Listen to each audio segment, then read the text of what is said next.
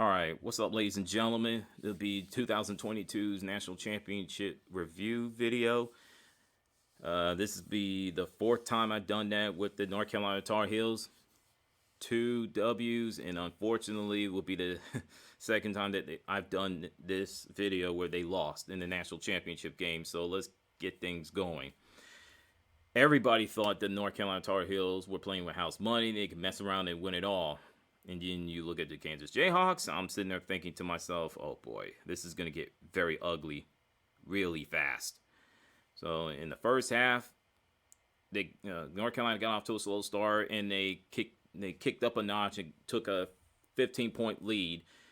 Like I said, during halftime, they led as many as 16 points.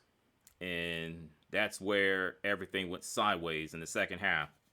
And the rest is history.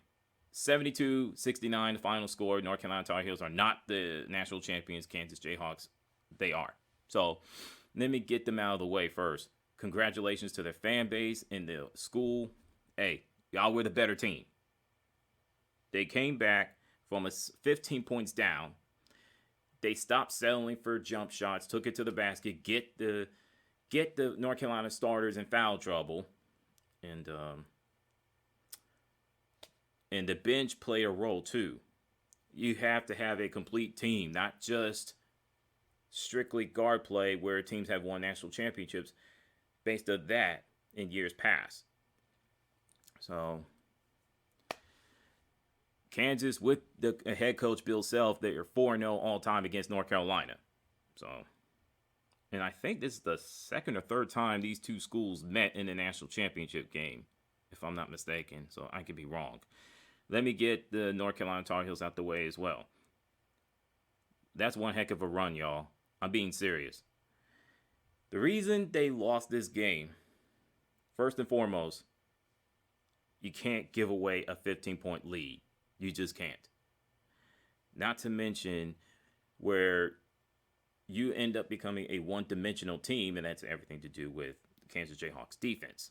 You can't turn the ball over 13-9 and expect to win.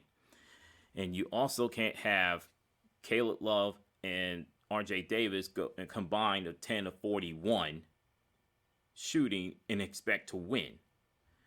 So, and they didn't have a bench except for, one player. It's Puff Johnson. He scored 11 points, and that he surprised me the most.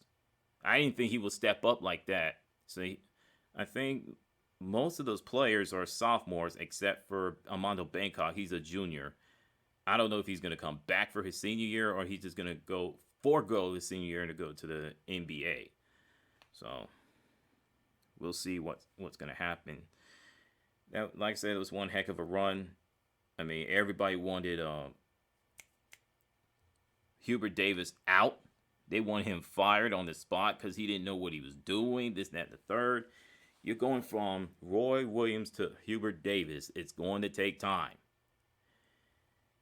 This team did not look like a tournament team. They look more like they belong in the National Invitation Tournament, which is NIT, and that's the event that you don't want to be in. They didn't play well. They didn't look like one until they beat Duke in Cameron Indoor Stadium. That's where the ball started to roll. That's where they got things going last month. So, yeah, and once they hit their recruiting trail, they got to go get some players, especially the bench. It did not show up in the Duke game in the semifinals and the Final Four and the national championship game. Puff Johnson, everybody else got to, continue to improve, get better, and see what happens in 2022 and 2023 season. There are fans out there thinking this is going to be a redemption tour, just like in 2017. Well, we'll see about that. We will see. Anything can happen in college basketball. I would like to see the officiating be better. The defense, I liked it. It wasn't as bad as most people make it out to be. I just don't want to see college basketball turn into NBA, where it's like video game type numbers, where there's a lot of offense and little to zero defense. So, and with that, throwing y'all a salute. What's your thoughts on the national championship game? And oh, one more thing. It's been 1 year anniversary of the death of DMX, the rap artist. Unfortunately, this morning, this date, 2022, Pittsburgh Steelers quarterback Dwayne Haskins Jr. transitioned to the afterlife at the age of 24 due to an accident.